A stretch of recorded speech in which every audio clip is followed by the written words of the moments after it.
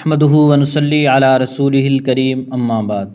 معزز سامعین، السلام علیکم ورحمۃ اللہ وبرکاتہ۔ نعیم بٹ صاحب نے انجینئر محمد علی مرزا پر ایک اعتراض کیا کہ انجینئر محمد علی مرزا نے ایک کتاب سے حدیث پیش کی اور اس کتاب میں اس روایت پر جرح تھی۔ انجینئر نے وہ جرح نقل نہیں کی، حالانکہ جرح کرنے والے نے صاف لکھا تھا کہ وہ روایت ضعیف ہے۔ انجینئر کو اس سے بڑی تکلیف ہوئی۔ کیوں تکلیف ہوئی؟ کیونکہ وہ ویڈیو ایک مشہور چینل میسے ٹی وی پہ اپلوڈ تھی۔ اب انجینئر کا ایک چیلا اٹھا، غلام محی الدین، اس نے نعیم بٹ صاحب کو جواب دینے کی کوشش کی اور انجینئر اس سے بڑا خوش ہوا کہ چلو میرا ایک شاگرد اٹھا، اس نے جواب دیا اور مجھے کچھ بولنا ہی نہ پڑے۔ اور انجینئر نے اپنے اس شاگرد کی ویڈیو سننے کی دوسروں کو ترغیب بھی دی۔ اب ہم تھوڑا سا انجینئر کے اس چیلے کی ویڈیو کا آپریشن کریں گے اور ساتھ ساتھ انشاءاللہ انجینئر کی طبیعت بھی ٹھیک کریں گے۔ یہ کہنے لگے جی دیکھو، نعیم بٹ صاحب نے جو جرح دکھائی ہے وہ امام نسائی کی نہیں بلکہ مترجم کی ہے۔ چلو ایک بات تو تم نے تسلیم کر لی کہ تمہاری بیان کردہ روایت پر خصائص علی میں جرح موجود ہے، البتہ اس میں ان سے غلطی ہو گئی کہ وہ جرح مصنف کی نہیں مترجم کی ہے۔ چلو ٹھیک ہے، لیکن اتنا تو تم پتہ چل گیا نا کہ تم نے روایت صحیح پیش کی ہے۔ اس پر اعتراض پہلا اس بندے نے یہ کیا، انجینئر کے چیلے نے، کہ روایت پر ضعیف ہونے کا اعتراض وہ شخص کر رہا جو فضائل اعمال و صدقات کی تبلیغ کرتا ہے اور ان کی کتابیں تو ضعیف روایتوں سے بری پڑی ہیں۔ اس کا جواب سنیے۔ جناب نعیم بٹ کا اعتراض بالکل درست ہے۔ کیوں؟ انجینئر مرزا جہلمی لوگوں سے کہتا ہے ضعیف روایات فتنہ ہیں، ایمان کے لیے خطرہ ہیں، ان کو بیان کرنا غلط ہے۔ تو جب اس کا یہ دعویٰ ہے، اس کی یہ ترتیب ہے کہ وہ ضعیف روایات نہیں بیان کرنے دیتا، تو خود اس نے کیوں بیان کی ہے؟ اس پر تو اعتراض بنتا ہے، لیکن آپ کا اعتراض نعیم بٹ صاحب پہ نہیں بنتا۔ کیوں؟ ان کا تو یہ دعویٰ ہی نہیں ہے کہ ہم نے فضائل اعمال اور فضائل صدقات میں صرف صحیح احادیث نقل کی ہے، ان کا یہ دعویٰ نہیں ہے۔ فضائل اعمال، فضائل صدقات، یہ فضائل کی کتب ہیں۔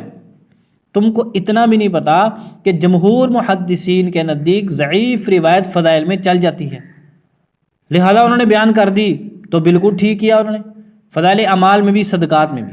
لہذا انجینئر پر اعتراض بنتا ہے کہ تم تو لوگوں کو روکتے ہو، تم نے کیوں بیان کی؟ مولانا ذکریہ پہ اعتراض نہیں بنتا، کیونکہ ان کا مقصد تھا فضائل، اور وہ انہوں نے تو کہا بھی نہیں کہ میں صرف صحیح روایت بیان کروں گا۔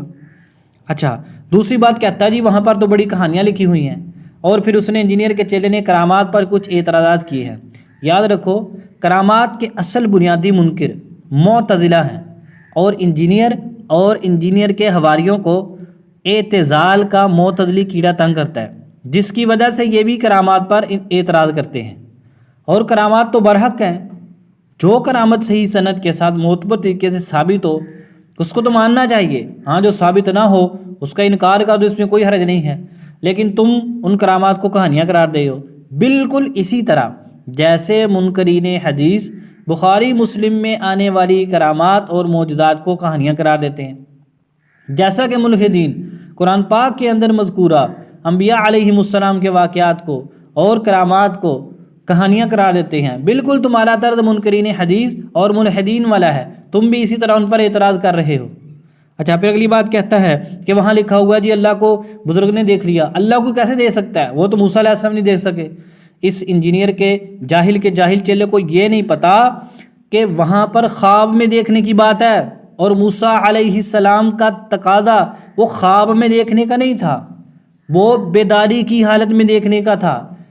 کتاب میں اس بات خواب میں دیکھنے کا ہے، اور موسیٰ علیہ السلام کا جو اللہ جل شانہ نے فرمایا کہ ہم نہیں دیکھ سکتے، وہ بیداری کی بات تھی۔ تم کو تو اتنا بھی نہیں پتا کہ ایک اس چیز کو توڑنے کے لیے اس کے مقابلے میں کیسی پیش کی جاتی ہے۔ اچھا، پھر اگلی بات کہتے ہیں کہ قرآن پڑھنے کی ان کو توفیق نہیں ہوتی۔ انا للہ و انا الیہ راجعون، اتنا بڑا جھوٹ۔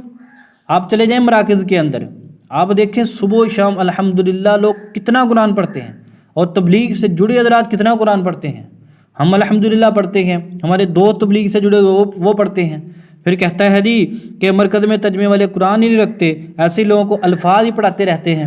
ان بیچاروں کو یہ نہیں پتا کہ مولانا ذکریہ رحمۃ اللہ علیہ نے جو فضائل اعمال لکھی ہے، اس میں فضائل قرآن نے کیا لکھا ہے؟ انہوں نے غیر مقلد مولویوں سے فضائل اعمال پر اعتراض سن لیے اور انجینئر مرزا سے اسی کو لے کے آگے چل پڑتے ہیں۔ حالانکہ مولانا ذکریہ رحمۃ اللہ علیہ نے جیسے الفاظ کو پڑھنے کی ترغیب دی ہے، انہوں نے معانی پر تدبر کی ترغیب بھی دی ہے۔ یہ دیکھیں، یہ ہمارے سامنے فضائل اعمال ہے، یہ اس کا حصہ فضائل قرآن ہے۔ صفحہ نمبر 210 کے اوپر لکھا باطنی آداب، اس میں لکھا چہارم معنی کا تدبر کرے اور لذت کے ساتھ پڑھے، یعنی قرآن پاک پڑھنے کے انہوں نے آداب لکھے، وہاں پر لکھا معانی کا تدبر کرے۔ معنی کا تدبر کون کرے گا؟ جو قرآن کو ترجمے کے ساتھ پڑھے گا، جو قرآن کو تفسیر کے ساتھ پڑھے گا۔ تو وہ تو ترغیب دے رہے ہیں کہ قرآن پاک کو معانی کے تدبر کے ساتھ پڑھو، اور تم کہہ رہے ہو کہ ترجمے سے روکتے ہیں۔ یہ انجینئر مرزا جہلمی جیسی ہڈی تمہارے منہ میں ڈالتا ہے، اسی طرح تم اس کو نگلنا چبانا شروع کر دیتے ہو۔ اچھا، اس کے علاوہ دیکھیں مولانا ذکر رحمۃ اللہ نے اسی فضائل قرآن کے اندر لکھا ہے صفحہ نمبر 247 کے اوپر، اور انہوں نے حدیث بھی یہاں پر ایک بیان کی ہے، 27 نمبر حدیث حضرت عبیدہ ملیکی رضی اللہ تعالیٰ عنہ والی، اس میں فرمایا، اور آپ صلی اللہ علیہ وسلم نے فرمایا کہ اس کو اچھی بات سے پڑھو اور اس کے معانی میں تدبر کرے تاکہ تم فلاح کو پہنچو۔ اس کے معانی میں تدبر کون کرے گا؟ جو قرآن کو ترجمے کے ساتھ پڑھے گا۔ وہ تو ترغیب دے رہے ہیں کہ قرآن کے معانی میں تدبر کرو، اور تم کہتے ہو کہ ترجمے والا قرآن ہی رکھتے، تم کہتے ہو کہ ترجمے کے ساتھ قرآن ہی نہیں پڑھتے۔ یہ تمہارا کتنا بڑا جھوٹ ہے، تمہیں اس طرح کے جھوٹ بولتے ہوئے شرم کرنی چاہیے۔ اور مولانا ذکریہ رحمۃ اللہ علیہ نے تو اس کتاب میں جگہ جگہ ترغیب دی ہے۔ اور پھر اس نے کہا جی کہ مرکز میں ترجمے والے قرآن نہیں رکھتے، تمہاری لگتا ہے آنکھیں خراب ہیں، آپ مراکز میں جائیں، وہاں پر جا کر دیکھیں، وہاں پر دوسرے قرآن بھی موجود ہیں اور ترجمے کے ساتھ قرآن پاک بھی موجود ہیں۔ اور آگے چلیے، اچھا پھر کہتا ہے کہ قرآن پڑھتے ہیں صرف برکت کے لیے، ترجمے کی ان کو سمجھ نہیں آتی، اور تم کو آتی ہے ترجمے کی سمجھ، تمہارے تو گرو کو نہیں آتی، وہ تو اوپر دے کر قرآن غلط پڑھتا ہے۔ باقی ہم ہر کسی کو ترغیب دیتے ہیں۔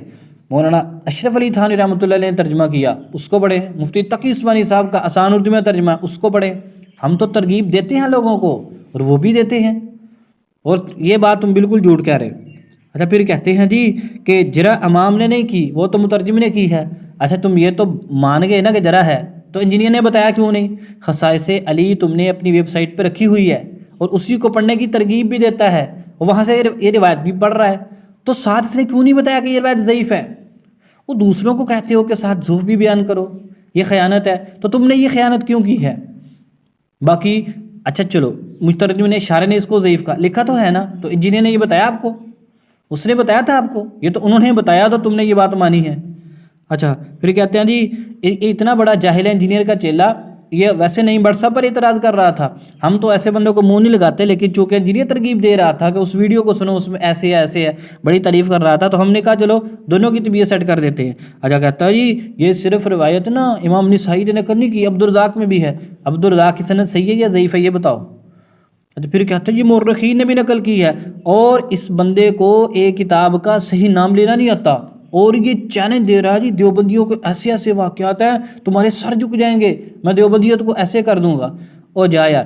امام ابن خلدون نے بھی تاریخ ابن خلدون میں یہ واقعہ نقل کیا ہے، امام ابن خلدون نے بھی تاریخ ابن خلدون میں یہ واقعہ نقل کیا ہے۔ کہتا ہے امام ابن خلدون، امام ابن خلدون، او بھائی او کیڑا امام ابن خلدون آ گیا؟ امام ابن خلدون، اپنے گرو سے پہلے آپ یہ پوچھ لیں کہ اس کتاب کا صحیح نام کیا ہے، اس کے مصنف کا نام کیا ہے، اور پھر ویڈیو بناؤ اور اس کے بعد اعتراض کرو۔ نہیں بٹ بیچارے نے تو سیدھی سی بات کی ہے، اور تم کو تو کتاب کا نام بھی نہیں لینا آتا، اور تم اتنی بڑی بات کر رہے ہو۔ اچھا نہیں بٹ کا اعتراض تمہیں ہضم نہیں ہوا، ہم اور ذرا کرتے ہیں، سنو، 1 نہیں 2 نہیں 10 نہیں، قیامت تک کے لیے تمہارے پاس وقت ہے۔ انجینئر مرزا نے حضرت امام طحاوی کی کتاب شرح معانی الاثار سے ایک روایت نقل کی، اس نے کہا کہ اس روایت میں حضرت معاویہ رضی اللہ تعالی عنہ کو حمار کہا گیا، اور کہتا ہے کہ طحاوی نے اس روایت کی سند کو صحیح کہا ہے۔ اے غلام محی الدین انجینئر کے چیلے، اگر تم نے اپنی ماں کا دودھ پیا ہے، اس روایت کے ساتھ سند صحیح یا صرف صحیح کا لفظ دکھا دو، تمہیں ہم منہ مانگا انعام دیں گے۔ نہ تم کے جواب دے سکتے، نہ تمہارا گرو دے سکتا ہے،